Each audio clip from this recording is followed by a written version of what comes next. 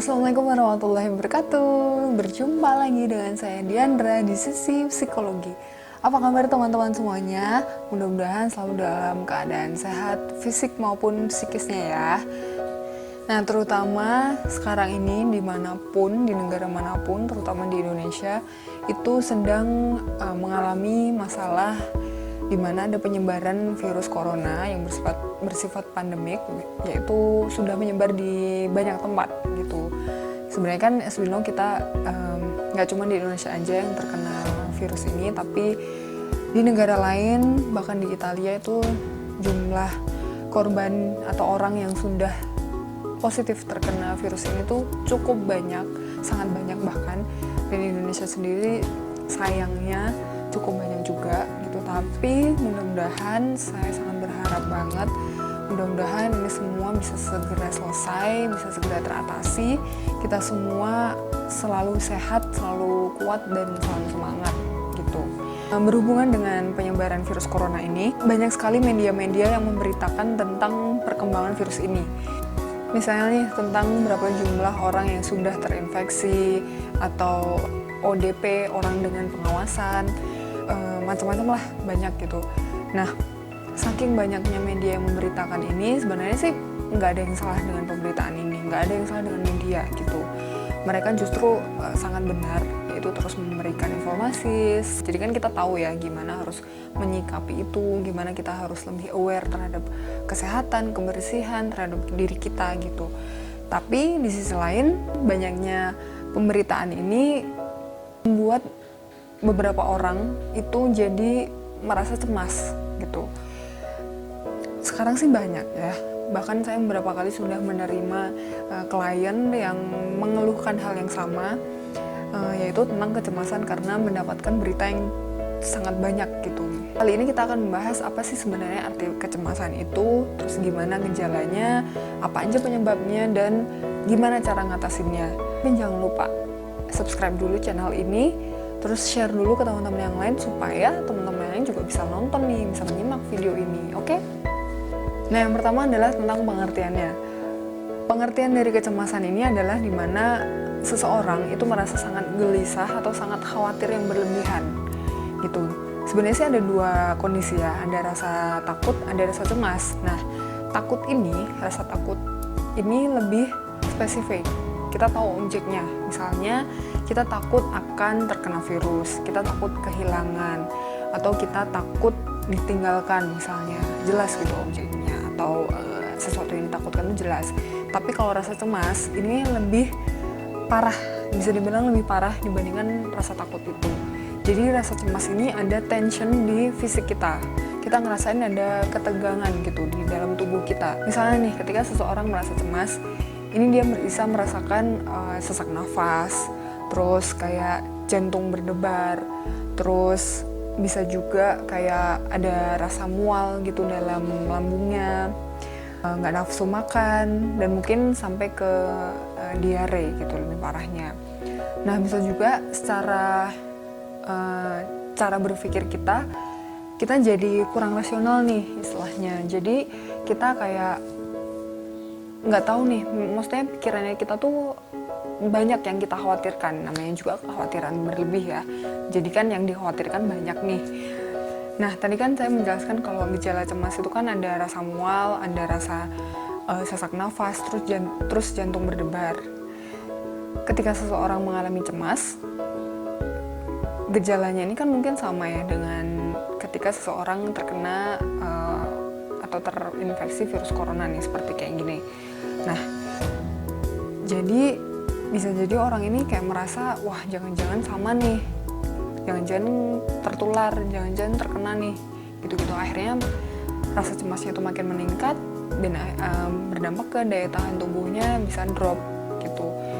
Nah, ini yang perlu kita aware lagi sih terhadap diri kita. Nah, selanjutnya tentang jenis kecemasan menurut DSM atau Kamus Besar Psikologi.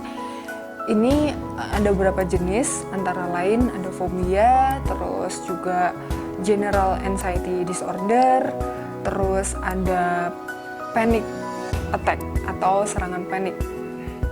Nah, lanjut ke penyebabnya.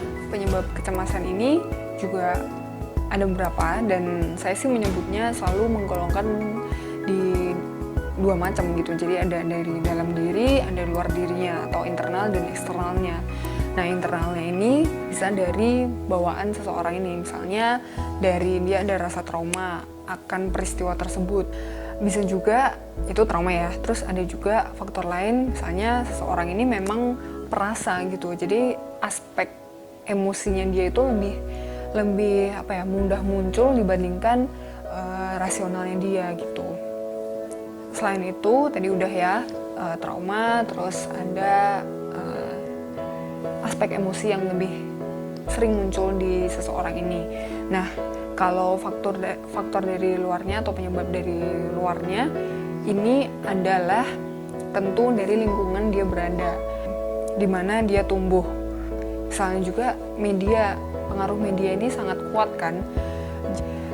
Seperti yang banyak orang sekarang alami, kecemasan itu timbul ketika mereka melihat berita, mendengarkan berita, atau menyimak media sosial yang terlalu banyak.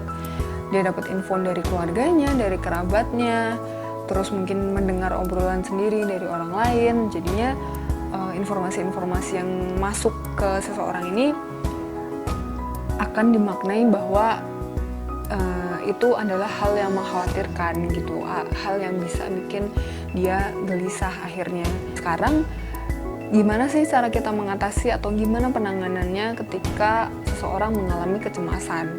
Pertama adalah belajar untuk relaksasi. Nah kan tadi kita bahas ya bahwa seorang ini merasa jantung berdebar, terus sesak nafas. Nah, berarti kita coba untuk tarik nafas pelan-pelan, kita atur nafas kita gitu. Kita tarik nafas pelan-pelan, kita tahan, terus kita buang pelan-pelan. Nah, bisa juga kita bayangkan nih hal-hal yang menyenangkan buat kita, atau pengalaman-pengalaman yang menyenangkan nih. Atau bisa kita tutup mata, terus kita bayangkan kita di satu tempat yang memang itu membuat kita nyaman. Nah, cara yang kedua ini sebenarnya penting sih, adalah kita pahami situasi pemicunya. Situasi apa aja sih yang membuat kita nih cemas? Misalnya kita menonton berita, akhirnya membuat kita cemas. Ada lagi kita mendengar obrolan orang lain yang akhirnya membuat kita cemas. Ketika kita udah tahu nih situasinya apa sih, triggernya apa aja, nah ini kita lakukan cara kita coba kurangin hal-hal yang memicu itu tadi. Itu kita memang nggak bisa kontrol, kita nggak bisa nyuruh media untuk berhenti memberi info. Nah, yang bisa kita lakukan adalah kita atur diri kita sendiri. Misalnya dengan ya kita kurangin. Ya nggak apa-apa, biarin aja mereka siaran gitu. Tapi kita misalkan hindari, misalnya nggak dulu lah nonton berita, kita nggak dulu lah lihat medsos, kita nggak dulu lah main handphone, atau nggak dulu lah lihat-lihat berita-berita yang kayak gitu, kan kita bisa hindarin gitu. Nah, bisa juga dengan cara kita alihkan nih pikiran kita, misalnya kita batasin main handphone kita, main sosmed kita batasin nih dengan kita alihkan kegiatan kita, misalnya dengan menonton film, kita mendengarkan musik, lebih banyak membaca buku, atau dengan kita ngobrol dengan orang-orang rumah, karena kan kita lagi di rumah aja nih, jadi kita ngobrol dengan orang rumah, kita cerita-cerita yang belum pernah kita ceritain mungkin, atau mungkin kita bersih-bersih rumah, bersihin tuh barang-barang yang sebenarnya kita udah lama mungkin nggak bersihin, kita bersihin. Jadi kan positifnya kita jadi lebih aware terhadap kebersihan, kesehatan kita gitu. Atau bisa juga nih buat teman-teman yang punya hobi, misalnya hobinya menggambar atau menulis, kita boleh terusin gambar, menulis, dan sebagainya gitu. Atau olahraga juga bagus. Kayaknya sekian dulu pembahasan kecemasan kali ini.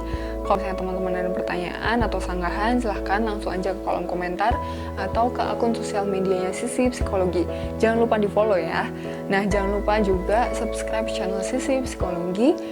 Terus like dan share video ini ke teman-teman yang lain, supaya teman-teman yang lain juga tahu nih bahwa banyak hal bisa dibahas dari Sisi Psikologi. Kita jumpa lagi di video selanjutnya ya teman-teman. Terima kasih. Assalamualaikum warahmatullahi wabarakatuh.